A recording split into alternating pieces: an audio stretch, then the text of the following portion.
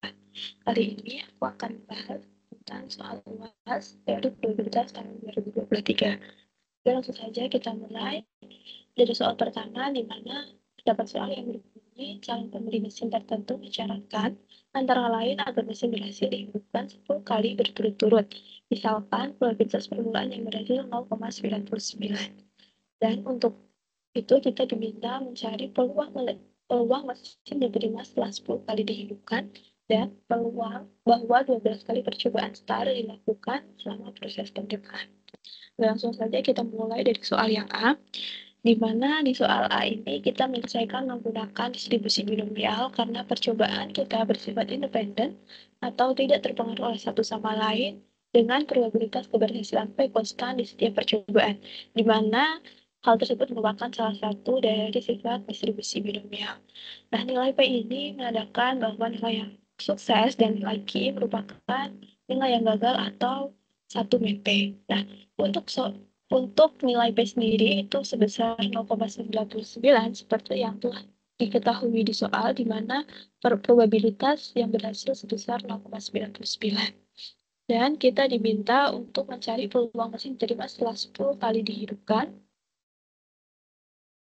Setelah 10 kali dihidupkan, dan di soal juga diketahui bahwa mesin berhasil dihidupkan 10 kali berturut-turut, sehingga untuk nilai N dan X pada soal ini sebesar 10.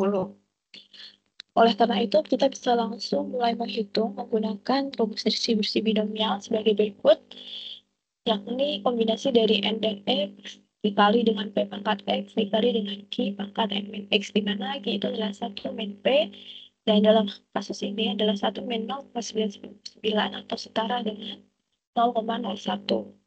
Karena kombinasi 10 dan 10 dari 10 itu sebesar 1 dan 0,01 dipangkatkan 10 pangkat min 10 itu sama saja dengan 0,01 dipangkat 0 dan hasilnya juga 1, maka untuk soal nomor A ini kita bisa simplifikasi menjadi 0,99 dipangkatkan 10, sehingga untuk hasilnya itu menjadi 0,9044 atau setara dengan 90,44%. Jadi untuk jawaban nomor 1, didapatkan peluang mesin yang diterima setelah 10 kali dihidupkan sebesar 90,44%. Kita lanjut ke soal yang kedua, di mana kita diminta untuk mencari peluang bahwa 12 kali percobaan mulai dilakukan selama proses penerimaan. Nah, untuk soal yang B ini kita bisa menyelesaikan menggunakan distribusi binomial negatif karena menghitung jumlah percobaan hingga 10 keberhasilan dengan kegagalan dalam percobaan sebelumnya diperbolehkan. Nah, dalam kasus ini diketahui nilai P itu sebesar 0,99, kemudian nilai K sebesar 10, dan nilai X sebesar 12 seperti yang diketahui di soal sebagai berikut. Langsung saja kita bisa mulai menghitung untuk soal yang B ini menggunakan rumus distribusi binomial negatif dengan rumus sebagai berikut, dengan nilai P, K, dan X adalah sebagai berikut. Terus saja kita masukkan 12 kurangi 1 itu adalah 11, dan 10 kurangi 1 adalah 9. Sehingga kita bisa langsung input nilainya dengan kombinasi 11 dari 9 dikali dengan 0,99 dipangkatkan 10 dikali dengan 0,01 dipangkatkan 2. Sehingga diperoleh hasil sebesar 0,00497 atau setara dengan 0,497%. Dengan demikian, kita bisa menyimpulkan bahwa untuk peluang bahwa 12 kali percobaan dimulai dilakukan selama proses penerimaan itu sebesar 0,497%. Nah, perlu diketahui dan perlu digarisbawahi dalam pengerjaan distribusi binomial negatif ini, jangan sampai untuk nilai K dan X itu terbalik, karena nantinya akan memengaruhi hasil akhir dari perhitungan distribusi binomial negatif. Oke. Kita bisa lanjut ke pembahasan soal nomor 2, di mana pada soal nomor 2 berbunyi sebuah perusahaan tertentu memiliki 90 eksekutif junior dan diasumsikan bahwa probabilitasnya adalah sebesar 0,1 atau 1/10, di mana seorang eksekutif akan memerlukan jasa sekretaris pada awal hari kerja. Nah, jika probabilitasnya 0,95 atau lebih besar bahwa seorang sekretaris akan tersedia, ditanyakan bahwa berapa banyak sekretaris yang harus dipekerjakan untuk membentuk kumpulan sekretaris terhadap kelompok yang terdiri dari 90 eksekutif tersebut. Oke, dari soal kita bisa mensederhanakan dengan mengetahui bahwa untuk nilai N yang diketahui adalah sebesar 90, kemudian untuk nilai P atau peluangnya adalah besar 1/10 atau setara dengan 0,1, dan peluang tersedia cukup sekretaris itu setidaknya 0,95%. 0,95 atau setara dengan 95%. Nah, untuk soal nomor 2 ini kita juga menyelesaikannya dengan menggunakan distribusi binomial, di mana distribusi binomial ini kita gunakan untuk memodelkan jumlah eksekutif yang memerlukan jasa sekretaris pada awal hari kerja dengan tujuan menentukan jumlah sekretaris yang dipekerjakan sehingga peluang tidak cukupnya sekretaris tetap di bawah 5%. Nah, angka 5% ini didapat dari mana? Angka 5% ini kita peroleh dari hasil 0,95 ini yang kita perkirakan menjadi 95% dikurangi dengan pengurang sebesar 100, atau ini bisa kita katakan dengan 100 dikurangi dengan 95, sehingga kita temukan hasil sebesar 5%. Nah, untuk menghitung tersebut kita pertama perlu menghitung dari rataannya atau yang dinotasikan dengan mil dengan rumus N dikali P. Kita langsung masukkan saja dengan nilai N 90 dan P 0,1 diperoleh untuk rataannya sebesar 9. Kemudian kita bisa langsung juga menghitung variansinya dengan rumus NPQ, di mana nilai Q itu adalah sebesar 0,1 dan Q ini merupakan hasil dari 1 dikurangi 0,9, sehingga diperoleh hasilnya itu sebesar 8,1. Kemudian kita juga bisa menghitung nilai standar deviasinya, di mana nilai standar deviasi merupakan akar dari variansinya, sehingga kita bisa memperoleh nilai standar deviasi itu sebesar 2,85. Nah, kita lanjut saja untuk perhitungannya.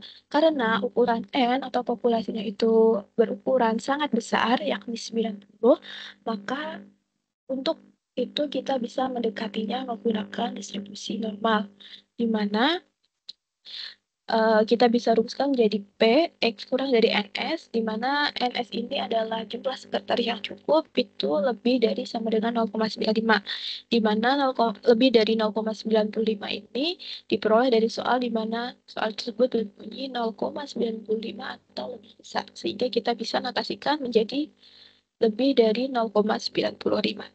Nah, kemudian kita lanjut saja, angka dari 0,95 kita masukkan ke rumus Z 0,95 dan dari tabel Walpole L3 diperoleh untuk Z 0,95 itu sebesar 1,645. Dan untuk mencari nilai NS, kita bisa menggunakan rumus mu ditambah dengan Z kali standar deviasi. Langsung saja kita masukkan untuk angkanya, yakni 9 ditambah 1,645 dikali dengan 2,85, sehingga diperoleh hasil sebesar 13,69. Oke, karena untuk jumlah sekretaris itu tidak mungkin desimal karena itu berupa orang atau manusia, sehingga kita bisa bulatkan ke atas, yakni sejumlah 14. Kenapa kita tidak bulatkan ke bawah? Karena hal ini untuk menghindari adanya kekurangan, sehingga kita bisa langsung bulatkan saja ke atas sebesar 14 orang. Dengan demikian, kita bisa menyimpulkan bahwa perusahaan tersebut harus mempekerjakan sebanyak 14 sekretaris untuk memastikan bahwa probabilitas seorang sekretaris yang tersedia itu tidaknya atau seminimalnya sebanyak 95%. Oke, begitu untuk pembahasan soal yang nomor 2. Kita bisa lanjut ke soal nomor 3, di mana soal nomor 3 ini berbunyi perubahan prosedur bandara memerlukan perencanaan yang matang. Tingkat kedatangan pesawat merupakan faktor penting yang perlu diperhatikan. Misalkan pesawat kecil tiba di bandara tertentu menurut Poisson dengan kecepatan 6 pesawat per jam. Sehingga parameter Poisson untuk gerakan selama periode jam adalah lambda sama dengan 6T. Nah, di soal ini kita sudah diberikan kata kunci berupa proses Poisson. Jadi otomatis untuk soal nomor 3 ini kita bisa selesaikan menggunakan materi atau teori dari distribusi Poisson. Langsung saja kita mulai dari soal yang pertama, yaitu soal 6, di mana kita diminta untuk mencari berapa peluang tepat 4 pesawat kecil tiba dalam 1 jam. Nah, dalam hal ini perlu kita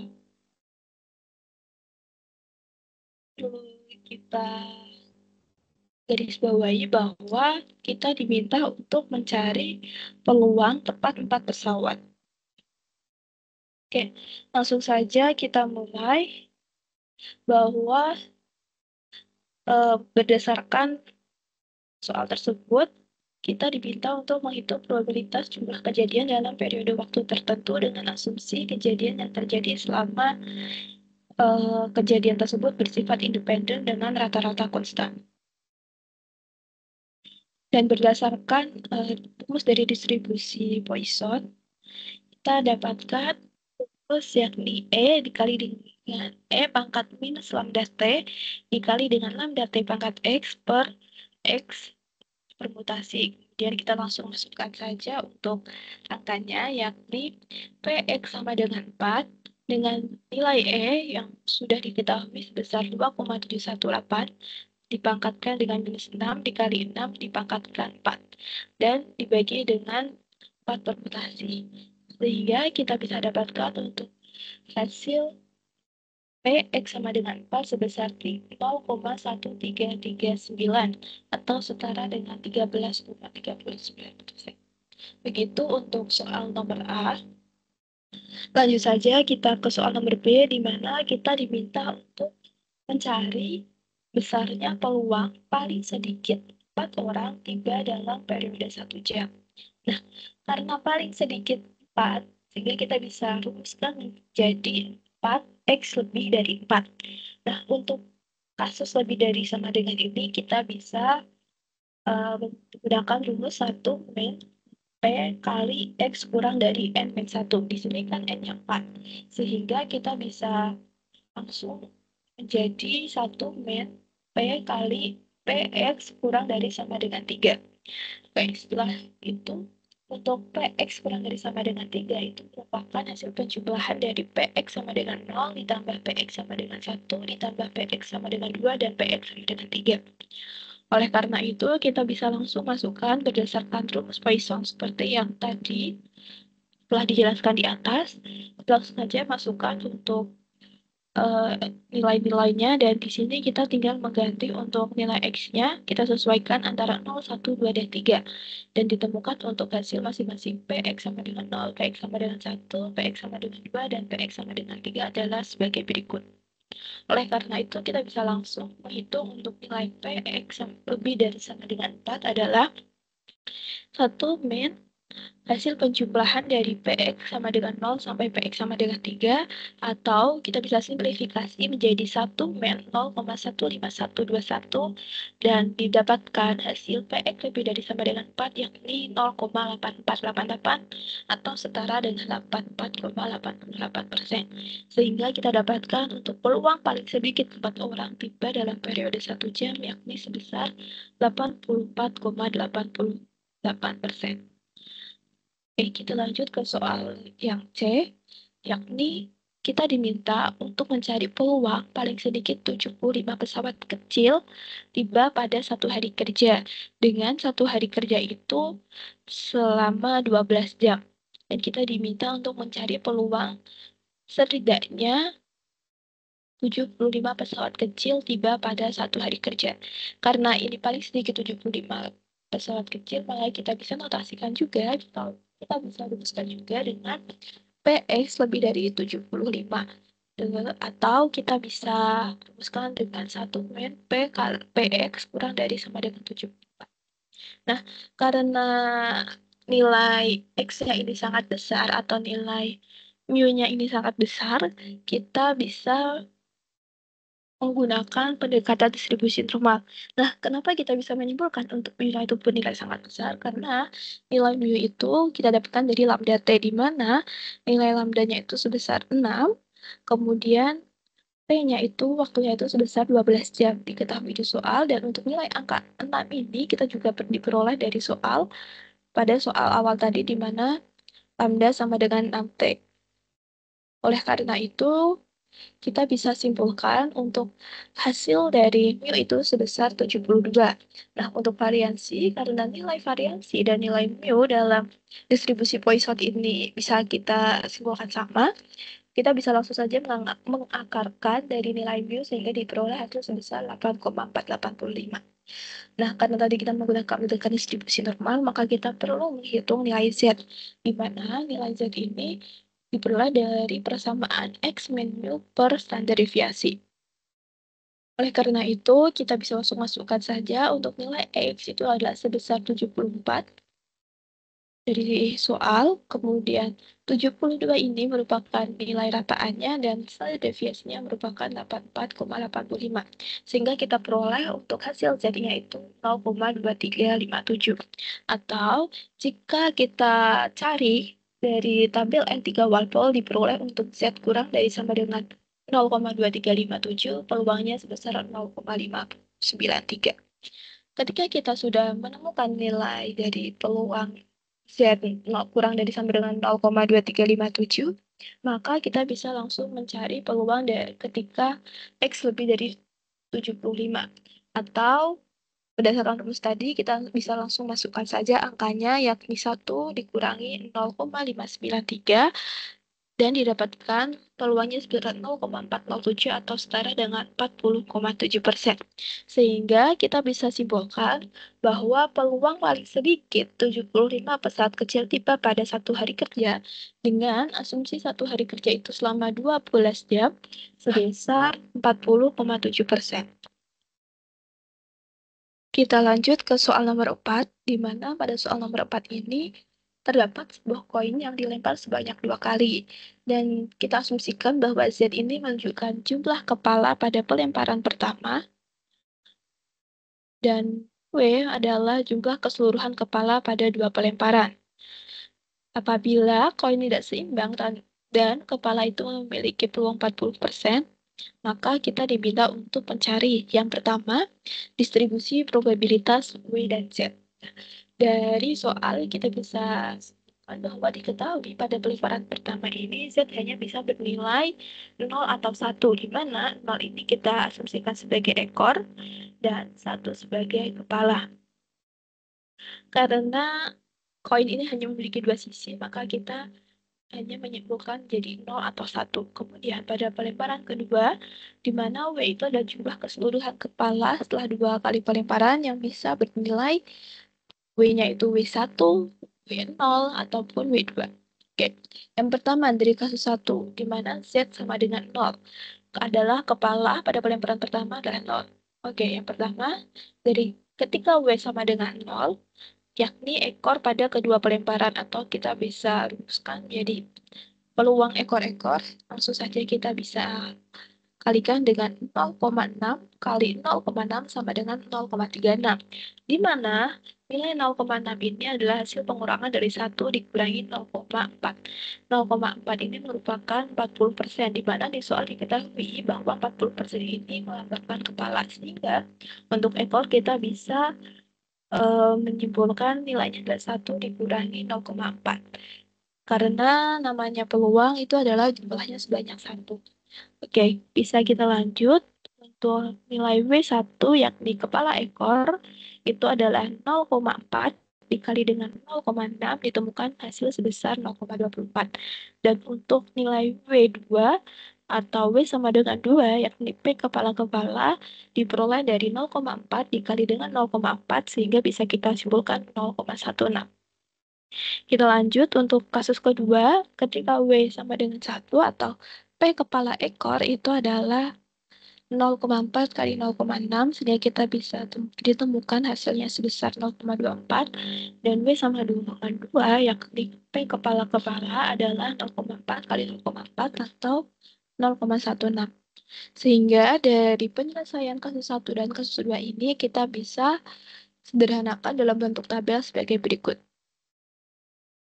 Di mana kolom ini melambangkan Z dan baris melambangkan W.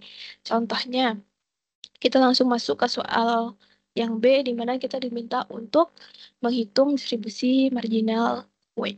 Yang pertama, untuk P, W sama dengan 0 itu merupakan dari P, Z sama dengan 0 dan P, W sama dengan 0. Berarti dalam kasus ini, ketika Z sama dengan 0 dan W sama dengan 0, seperti dalam tabel berikut, diperoleh hasilnya sebesar 0,36. Kemudian, ketika W sama dengan 1, artinya adalah PZ sama dengan 0, W sama dengan 1, dan PZ sama dengan 1, W sama dengan 1. Ya, langsung saja kita lihat tabel kembali, di mana PZ sama dengan 0, dan W sama dengan 1, itu adalah 0,24. Kemudian, ketika PZ sama dengan 1, dan W sama dengan 1, ditemukan juga hasilnya sebesar 0,24. Sehingga kita bisa langsung jumlahkan saja untuk PW sama dengan 1, yakni 0,24 ditambah 0,24 diperoleh hasil sebesar 0,48. Sedangkan untuk PW sama dengan 2 itu merupakan PZ sama dengan 1, W sama dengan 2. Kita lihat lagi di tabel, untuk PZ sama dengan 1, dan W sama dengan 2, itu diperoleh hasil sebesar 0,16. Oke, begitu untuk jawaban distribusi marginal W, dan kita bisa lanjut ke distribusi marginal Z, di mana untuk PZ sama dengan 0 merupakan penjumlahan dari PZ sama dengan 0, W sama dengan 0, ditambah dengan PZ sama dengan 0, W sama dengan 1. Ini juga kita bisa lihat dari tabel dan ditemukan hasil sebesar 0,60. Kemudian untuk PZ sama dengan 1 merupakan hasil penjumlahan dari PZ sama dengan 1, W sama dengan 1, dan PZ sama dengan 1, W sama dengan 2, atau 0,24 ditambah 0,16. Sehingga diperoleh hasil sebesar 0,40. Oke, kita bisa lanjut ke soal yang D, di mana peluang munculnya paling sedikit satu kepala jika diketahui jumlah kepala yang muncul pada pelemparan pertama adalah 1. Nah, ini kita bisa rumuskan, atau kita simplifikasikan dalam rumus itu menjadi PW lebih dari sama dengan 1, karena di sini adalah paling sedikit 1, dan Z sama dengan 1. Dan kita bisa rumuskan menjadi P kepala kedua, atau ini dinilai dengan PZ1 atau PZ sama dengan 1, yakni sebesar 0,4 atau 40%. Begitu untuk soal yang D. Dan sekarang kita lanjut ke soal yang terakhir, di mana kita diberikan variabel angka X, Y dengan fungsi padat gabungannya itu sebagai berikut. Dan kita diminta untuk yang pertama, kita menentukan distribusi marginal dari X dan Y. Nah, untuk mencari distribusi dari marginal baik X dan Y, kita menggunakan persamaan berikut. Yang pertama, untuk fxx, yakni integral dari fxy, dan kita integralkan terhadap Y. Dari 1 dan 2 ini untuk distribusi marginal. Kita langsung masukkan saja, persamaannya diketahui di sini adalah 3x min y per 9. Kemudian kita langsung saja integralkan menjadi 1 per 9 dikali 3x min y kuadrat per 2. Kemudian kita cari untuk nilai akhir dari integral tersebut dengan batas 1 dan 2. Ketika kita masukkan, kita peroleh hasilnya sebesar 1 per 9 kali 3x min 3 per 2 atau 1 per 3x min 1 per 6. Dengan batasan 1 kurang dari 3 kurang 1 kurang dari X kurang dari 3. Nah, ini untuk mencari distribusi marginal X. Kemudian, untuk distribusi marginal Y, kita lakukan hal sama. Akan tetapi di sini, maaf, ini ada kesalahan. Ini harusnya diintegralkan saja. Ini ini harusnya diintegralkan terhadap X untuk distribusi marginal Y, tapi untuk perhitungannya sudah benar. Oke, jadi kita langsung saja masukkan untuk batasnya itu 1/3 sesuai dengan yang diketahui di soal. Dan kita integralkan seperti awal tadi dan ditemukan hasil sebesar 4/3 dikurangi 2/9Y dengan batasan 1 kurang dari Y kurang dari 2. Selanjutnya kita bisa lanjut untuk mencari nilai UX dan UY. Nah, untuk UX sendiri ini merupakan hasil integral dari X VX DX dengan batasan 1 sampai 3, di mana 1 sampai 3 ini merupakan batasan nilai X seperti yang diketahui di soal.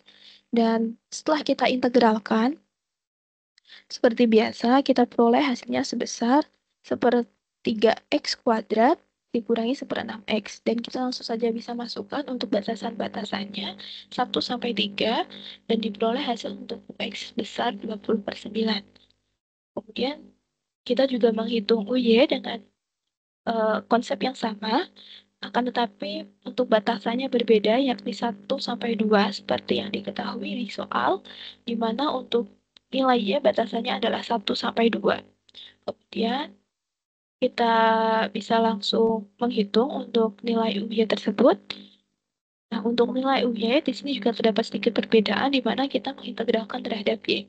Oleh karena itu, kita bisa langsung saja mengintegralkan terhadap Y, didapatkan hasil sebesar 4/3Y dikurangi 2/9Y kuadrat. Dan kita bisa masukkan ke batasan-batasannya yakni 1 dan 2, dan diperoleh hasil untuk UY sebesar 40/27. Nah, untuk soal C, kita diminta untuk menghitung fungsi probabilitas bersyarat dari fxy dan fyx. Nah, untuk fxy kita bisa hitung berdasarkan persamaan fxy per fyy dengan rumus ketika kita masukkan 3x min y per 9 sesuai dengan hasil yang atau sesuai dengan soal yang diketahui yakni 3y per 9, kemudian untuk penyebutnya yakni 4/3 min 2/9y, di mana 4/3 min 2/9y diperoleh dari distribusi marginal Y sebagai berikut. Sehingga kita bisa langsung saja menghitung untuk perhitungan dari fxy xy ini, kita bisa langsung sederhanakan untuk angka 9. Di sini kita bisa langsung pindahkan penyebut sehingga untuk fxy xy itu sebesar 3x min y per 9 dikali dengan 4/3 min 2/9y. Kemudian untuk fy xy x itu bisa kita rumusnya sama, akan tetapi untuk penyebutnya kita menggunakan fxx, di mana fxx ini merupakan distribusi marginal dari x yang telah kita hitung di awal tadi atau di soal A. Sehingga kita bisa simpulkan untuk fyx ini sebesar 3x min y per 9 kali 1/3 dikurangi 1/6. Dan yang terakhir, kita diminta untuk menentukan nilai kovariansi dari xy. Nah, pertama, kita harus mencari nilai xy dulu, di mana nilai xy itu merupakan integral dari y kali 3x kurangi y kali dy dengan batasan 1 sampai 2 sesuai dari soal, dan diperoleh hasil 3x y min y kuadrat dikali dengan dy dengan batasan 1 sampai 2, dan setelah kita masukkan diperoleh untuk karena ini adalah 3x min y kuadrat, kita tidak bisa langsung masukkan, sehingga kita harus satu per satu. Dari 3xy diperoleh 9x per 2, dan untuk y kuadrat diperoleh 7/3. Sehingga untuk hasilnya kita bisa dapatkan untuk hasil integral tersebut sebesar 9x per 2 dikurangi 7/3. Kemudian kita lanjut ke integral yang kedua. Ini merupakan lanjutan dari integral pertama, karena tadi kita udah mendapatkan 9x per 2 min 7/3, kita integralkan lagi dengan batasan yang masih sama, diperoleh untuk hasilnya yakni 39 min 28/3 atau setara dengan 89/3. Sehingga kita bisa langsung hitung nilai kovariansi dengan rumus EXY dikurangi dengan EX kali EY. Nah, karena tadi EX-Y itu kita temukan 89/3, bisa kita langsung masukkan, dikurangi dengan nilai EX dan nilai Y. Di mana kedua nilai ini telah kita hitung sebelumnya pada poin B, di mana ini adalah sama aja seperti UX dan UY, di mana UX itu sebesar 20/9 dan UY sebesar 40/27. Sehingga kita bisa langsung masukkan nilainya dan diperoleh hasil sebesar 6.409/243. Begitu untuk soal pembahasan UAS teori probabilis tahun 2023. Apabila ada pertanyaan, bisa ditanyakan langsung kepada saya. Mohon maaf apabila terdapat kesalahan. Terima kasih.